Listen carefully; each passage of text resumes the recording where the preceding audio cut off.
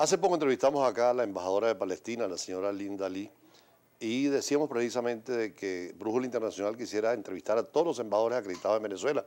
Y lo hemos hecho, tenemos 17 embajadores en embajadas y embajadores, pero nos han preguntado por qué no entrevistar al embajador de Israel. Y no habiendo embajada de Israel acá es muy complicado. De todas maneras, Alberto Mor-Yosef, quien es miembro de la Asociación Israelita de Venezuela, que es parte de la comunidad judía venezolana, queremos preguntarle esa razón de por qué no hay embajador ni embajada de Israel en Venezuela. Bueno, Venezuela desde la creación del Estado de Israel en 1948 por la votación que se hizo en la ONU, apoyó la partición de Palestina y la creación del Estado de Israel. Inmediatamente, el año siguiente, estableció relaciones con el Estado y creo que a partir de la década de 1950 ya se formalizaron esas relaciones con embajadores en ambos países. O sea, siempre una embajada de Israel en Caracas y una embajada de Venezuela en Israel. Siempre, siempre, durante muchos años y muy fructífera, muy próspera. Las relaciones no solamente fueron excelentes a nivel político, sino a nivel de colaboración en diferentes áreas donde Israel pudo aportar a Venezuela y Venezuela aportarle en Israel, ¿no? Es muy conocido en la gente que se dedica a la agricultura, por ejemplo, el sistema de riego, que está muy difundido en Venezuela. Es un invento israelí que... El goteo directo para evitar... El goteo por directo, correcto. El riego por goteo. Y gracias a eso, digamos, en Venezuela se implementó y se sigue implementando, por mencionar uno de tantos aportes que Israel ha hecho a la ciencia, ¿no? Por otro lado, siempre Venezuela mantuvo una política equilibrada con relación al conflicto de Israel con los países árabes y más concretamente con Israel y los palestinos. O sea, reconocía a todos los países árabes, pero reconocía el Estado de Israel e incluso reconocía a Palestina siempre y tenía relaciones con Israel. Sí, siempre se mantuvo un equilibrio en ese sentido, ¿no? Bueno, en el año 2009, a raíz de una serie de ataques que el Hamas, quien se había adueñado ya de la Franja de Gaza para aquel momento, ataques con cohetes que produjo contra Israel y atentados terroristas, Israel tuvo una de las tantas respuestas que ha tenido que dar contra esos ataques, una operación militar. A raíz de esa operación militar, el gobierno venezolano, en aquel momento el presidente Hugo Chávez, decidió en un principio el retiro del embajador y la ruptura de relaciones diplomáticas. En América Latina, países tan importantes como Brasil, Argentina, México, Colombia, mantienen embajador de Israel en su país y sus embajadores en Jerusalén o en Tel Aviv. Sí, que es lo normal, o sea, el querer contribuir para solucionar un conflicto tan complicado y doloroso como el conflicto entre Israel y los palestinos, requiere el equilibrio en el trato de relaciones diplomáticas y eso lo debes conocer tú bastante mejor que yo. Y Venezuela está fuera de ese equilibrio. Todos los países latinoamericanos mantienen relaciones con el Estado de Israel, a excepción de, junto con Venezuela, Bolivia, que también rompió relaciones en aquel momento. Y en relación con ustedes, cuando van a ir, por ejemplo, algún familiar a Israel, la visa y todo esos problemas que siempre ocurren cuando hay ruptura de relaciones, ¿cómo se hace? Sí, bueno, fuera digamos, del malestar que puede producir que el país donde uno ciudadano, donde nosotros, judíos venezolanos que vivimos en Venezuela, que hemos nacido acá, que nos gustaría que digamos, las dos naciones de referencia tuvieran excelentes relaciones diplomáticas por razones afectivas, históricas, religiosas, etcétera. Adicionalmente hay un problema de ausencia de consulados.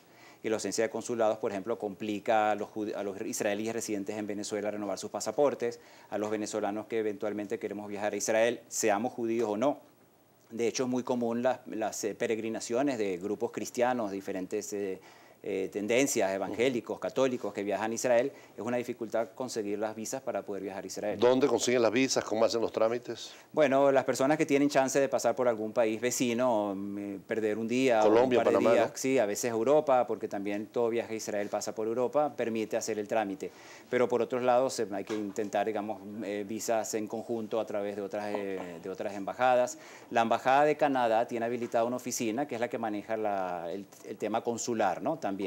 Y una vía de sacar hoy en día visas para Israel es pedírselos a través de la embajada del Canadá.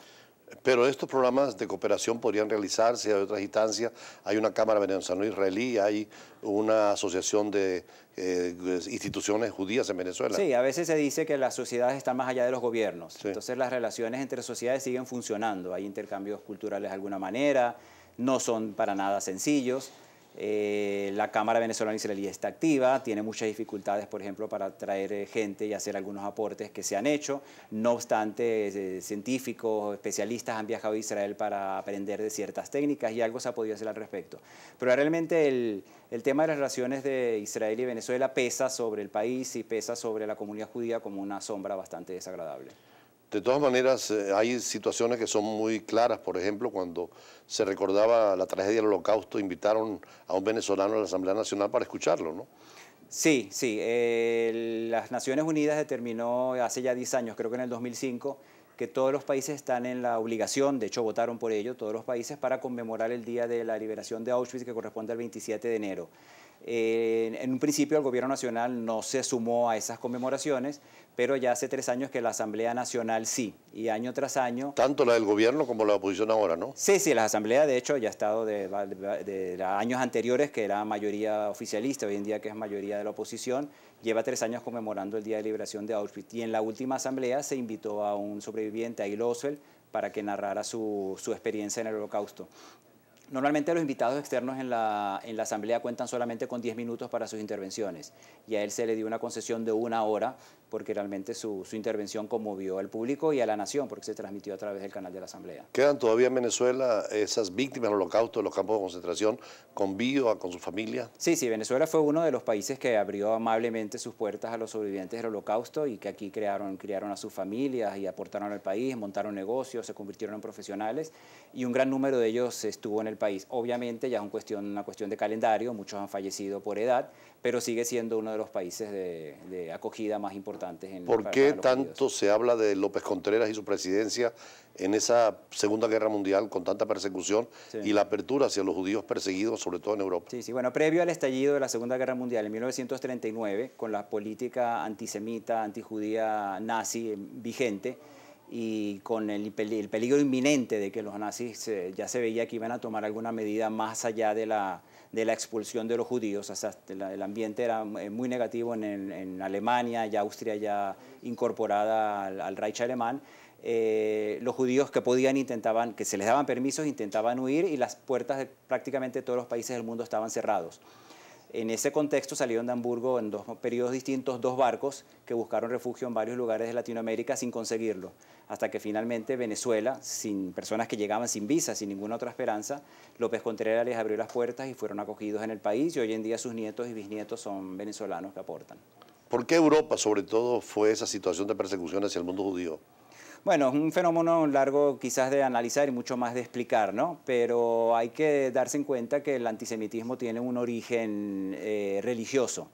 Los primeros padres de la Iglesia habían hablado y habían, digamos, difundido la idea que los judíos habían asesinado a Jesucristo y eso creó un caldo de cultivo que permaneció durante muchos siglos como la base del antisemitismo. Sobre eso se armó el antisemitismo moderno que llamamos en el siglo XIX, donde al judío desde la izquierda y desde la derecha, de cualquier otro punto de vista, se le acusaba de crímenes inventados, de doble lealtad a sus países, y creó en Europa un ambiente antisemita que, ojo, hoy en día también de alguna manera perdura, ¿no? Que permitió el ascenso de los nazis al poder y la catástrofe que eso trajo. Afortunadamente hemos visto a los últimos papas, sobre todo desde Juan Pablo II, después también Benedicto XVI y ahora el Papa Francisco, en una actitud de diálogo, de negociación, visitando las sinagogas, pero también la mezquita, porque al fin y al cabo las 3 grandes religiones tienen que unirse. Vamos a compromisos y venimos con Alberto Mor-Yusef para seguir hablando de un tema interesante como es el judaísmo en Venezuela y sobre todo el Medio Oriente, que tiene tanta interrogante para la comunidad internacional. Ya regresamos.